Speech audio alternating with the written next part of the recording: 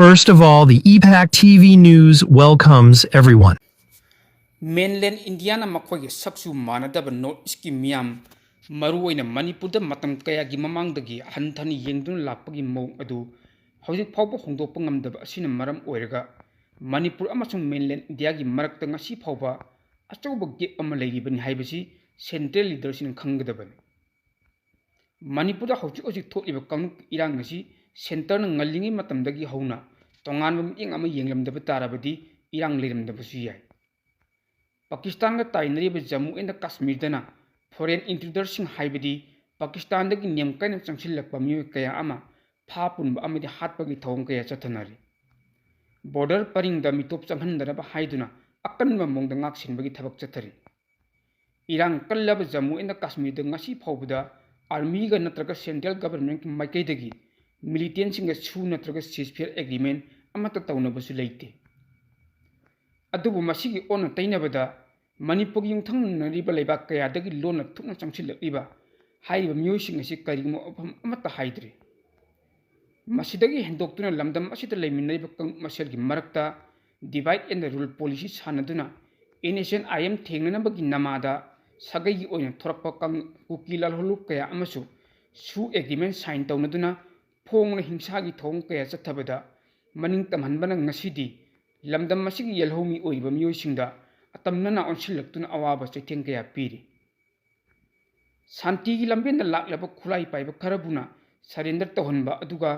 Kukigi Lan Loirabra singbuna su sign agreement tawnaduna maning tamna khulai paihilli asigumba achan mirai naiba thong kaya asi lei leptriba makhaidi lamdam masida Santi haibadu kaidondasu laklo nakalam romda Manipur da tholiba chahi ani phajillakkadarub irang asibu laksinduna tangdu leitaba hanjillaknabagi pandamda tongan security agency kaya na Manipur gi mafam kaya da operation chathaduna khulai kaya mai pakna phagatpa asida thagatpa phongdokpaga loinana Assam Rifles gi Director General Lieutenant General Vikas Lakherana miyamna ain kaina pairiba khulai chingasi thadoklabadi Manipur da tapna santi hanjillakani haina phongdokre Laibak asigi news agency am oiriba di Sentinel da tarokpa report amada Assam Rifles ki Director General na hai Manipur da ain kaina khulai pairiba miyoisingna khulai thadoktuna santi gi lambi da laklabadi tapna suksoi maksoidan ingtap hanjillakani miyamna khulai thadoktuna santi gi lambi da hanjillakpa adu India lenga ki maikei dagi taramna oknanabagi damak ngaiduna lei haina phongdokhre Lieutenant General Vikas Lakherana makhatana hai matam amada awang nongpokta oirama phibamsing adu ngasidi India lengana paikhatliba makhal makha kaya gi khongthang asingna tapna ingtapa nusi chanaba chokhatpagi lambida changsilakli haibasi miyamna khangle law and order gi matangda makhatana hai law and order haibasi state ki subject ni law and order ningthina control tawduna khunai amabu ingna tapna thamba haibasi state police ki maru oiba thodang amani ngasidi awang nongpokta law and order gi hanagi phibam dagi phagalaktuna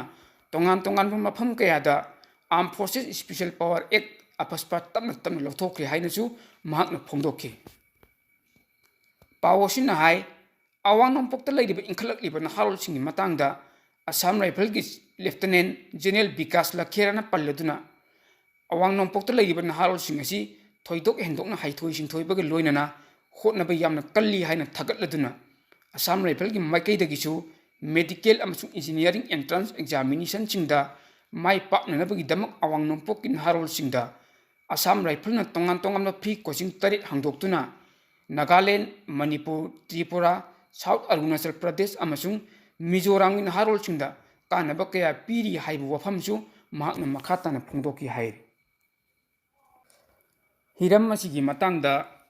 Imphal da nungthilgi chepong oina nungtigi phongliba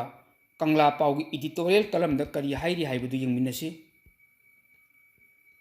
Chin Kuki Jonar ko terrorist singna laibak asigi mathakta landaduna Manipur gi apunbagi saktam thugairaga tokhaiba legislature laibak separate administration gi demand toibasi India government yaroi haibagi phirep lei adubu Congress na makoina mikhalda mai paktuna lengak pairabadi Kuki singi demand phangangani haibu wafam phongdokhi badilai machine मरम ओइरगा हंदक पांगथोकिबा inner अमसुंग outer parliamentary दा कांग्रेस की मिरेप अनिमक्ता चिनको की जोगी मियोइसिंग vote पीदुना मिखलदा माई पाकपा ngamki Congress न cookie सिंगी demand सगुतखिब अदु माई पाखनबु होटनबदा political की लौतुनब चथदुना लैरबदी थोकलिबो वथोक असिगी वरोसिन प्रोक्ननबु होटनबदा खुरौ थांग ओइना थोक्तुना law and order control ngamdabadagi miyamna mahausaगी फिवमदा हंजिल हन्नबु होटनबदा अकाइब पीबा थोहनदनबा करी तौगदगी हाइबदु पॉलिटिकल पार्टी की लुचिंगबसिन खन्नफम थोई पॉलिटिकल पार्टी सिंग मागी मागी पार्टी की म्यूटसिंगना मिखलदा माई पाखनदुना लैंगालोंगी चुकली पाइनबु होटनबदा मियामगी मरक्ता खैबुंग खैबुंग तहनबा याबा अमदी ngayak ngayak की ओइबा खंथदबा मोंगी वफमसिंग फोंदोक्तुना मिखलदा माई पाकनबु होटनबगी चटनबी असि मखा ताना तौदबु चुम्मी मियामगी इहुल खंगना मिखलदा माई पाकनबु होटनबदा अकाइबा करिसु लेते अदुबु कांग्लुप मसेलगी मरक्ता यंगथीनबा थोलक्कदबा अमदी थबक्ता ओंथोकपा ngamloidaba अदु आदा तौगनी हाइबगी थाजबा अदु मियामदा हुमदुना लैंगालोंगी चुकली पाइननबु होटनदुना लैंगाकी चुकली पाइरक्लबा मतुंगदा थाजबा पीकी वफमसिंग अदु थबक्ता ओंथोकपा ngamdragadi लैंगाक अमसुंग मियाम अनिगी मरक्ता खमथेंगना मुकनबा थोलक्पदगी चौखटपगी माइकैदा खुमांग चौचिलहनबा ngamde लोइनना कांग्लुप मसेलगी मरक्ता खैबुंग तहनबा होटनबा अदुना लैंगालोन पाइरक्पा मतमदसु फुरुककी सक्ता मचेत ताना कहेननबा होटनगनी हाइबा तारबदी मधु असेंग पॉलिटिशियन सिंगी मचत नते कांग्लुप मसेलगी मरक्ता हाना सुनहनबा डिवाइड एंड रूल की ख्वाइदगी तमथीबा मचतनी लौई मसी असेंग पॉलिटिशियन अमदी लुचिंगबगी थोंग नते मसीदि ख्वाइदगी हंथबा थाकी मरैबक अमदी मियामगी याइफनबा खनबगी थोंग नते असिगुम्बा पॉलिटिकल पार्टी की लुचिंगबसिंग अदुदगी मियाम चेक्सिनबम थोई पॉलिटिकल पार्टी हाइबसि नेशनल की ओइरबसु रीजनल पार्टी ओइरबसु मागी मागी पार्टी न लेंगालोन पाइनबा होटनबदा मियामगी याइफनबा थबक तौबा पार्टी की मपांगल कंकट हन्नबा ऑर्गेनाइजेशन चथबदा काना अमतन आई अपन पीब लेते तौबतबु ऑर्गेनाइजेशन मपांगल कन्हननबगी नत्रक मिखलदा माई पाकनबा भोट बैंक की येंगलगा अमगा अमगा की मरक्ता नुसीनदनबा नत्रगा मचेत ताना काइनबा याबा अमत तौरोइदबन इसम समना हाइरबदा पॉलिटिकल पार्टी सिना कम्युनल नाइबा कांग्लुप की ओइबा अमदी अमांग असेंग खाइबा यंगलै मेलै नाइबा थोंग चथबा तारबदी अदुगुम्बा पार्टी अदु पॉलिटिकल पार्टी नि हाइना मियामना लौरोइदबन अदुगुम्बा party at Election Commission of India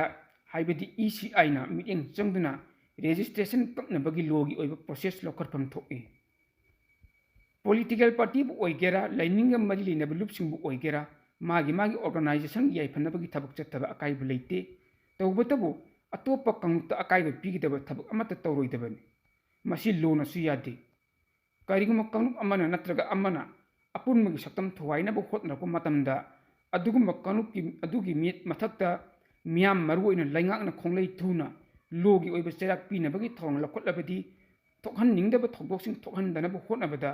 Chowna मतेंग ओइबद नतना कांग्लुप मसेलगी मरक्ता नुंसी चानाना हिंबा ngamgani लैंगाकलोंगी हाइबसी अचौ मचा लाइरा अनंग अमांग असिंग खाइबी यादे लैंगाकपसिंगना थोंगसी चथबा तारबदी लेबाक अदु अपुनमगी सक्तमदा अकाइब लाक्नबगी मरम ओइरक हाइब वफमसिंग असि इम्फालदा नुंथिलगी चेफोंग ओइना नुमित खुदिंगी फोंगिबा कांगला पाउ एडिटोरियल कलमदा फोंदोरखिबन अतोप पाउ अमना कांग्रेस प्रेसिडेंट मल्लिकार्जुन खड़गे बिहार लेंगाक पाइरिबा जनता दल यूनाइटेड अमसुंग BJP एलायंस असि अपॉर्चुनिस्ट हाइबदी मसागी कानबतंग येंगबा ओइबा कांगबुनी लोइनना चीफ मिनिस्टर नीतीश कुमार ना माकी चौकी फंगनबगी दमक माइकई होंग होंगदुन लैरि हाइना मराल सीखरे बुसारदा लैबा दल सागर स्टेडियम दा पांथोखिबा कांग्रेस पार्टी की जाई बापू जाई भीम जाई संविधान रैली मल्लिकार्जुन खड़गे वफमसिंग असि थमखिबन महांगना रैली अदुदा स्टेट अदुगी मियामना हंदक मफम अदुदा पांथोकदोरिबा असेंबली मिखलदा NDA लेंगाकु लौथोकनबा होटनमिनसि हाइकी नीतीश कुमार अमसुंग BJP की अपुनबा असि मसा मसागदी येंबा कांगबुनी स्टेट अदुदा लैरिबा मियोइसिंगी ओइनदी मखोइना चलाइरिबा लेंगाक असिना कानबा अमता पीबा ngamde चीफ मिनिस्टर ओइरिबा नीतीश कुमार महाकी चौकी अदु फंगनबगी दमकता अमत याउदी अमदगी अमुक चोंथोक चोंजिन तौदुन लैबा मियोइ अमन Janata Dal United Kilching Batuna Matama Gandhi Hatkiba, ideology Aduga Hojik Kusam Nadun Haina Maral Siki. Reliyetu the Makata Raduna, Lebak Asiki Prime Minister Narendra Modi na Bihar ki damak to Lautokiba, Lupa Kro Lak Amak Point Kunmanga, package adu, Kadai the Satkre. Kari Pakatri High Wapam Tanki. Hiram Masiki Matang the Prime Minister Narendra Modi bu, Maral Shiratun Oida Padaba Kayagi Factory Salaidun Lady Hainesu, Akanma Maral Siki. How Kiba Kumja 2015 Agaski Tang Trani Panda, Bihar ki damak to Narendra Modi ni Yam Level Sempang package Lotokiban. Adu Sahi Tara Fazil Labasi Pauda, State Adu the Uri was Sokot Kongtangi Mamiedu, package adu Kanava Amati Yaudi Hainamiam the Tanki. The EPAC group of news was set up on 7th July 2017 as a news networking body. Now it completes 7 years in service. Under the aegis of EPAC group of news, one news networking YouTube channel and Facebook page called EPAC TV News has been set up in the year 2021. It is providing news throughout the world day and night. Saidur Maibam is the managing director cum editor of the EPAC TV News.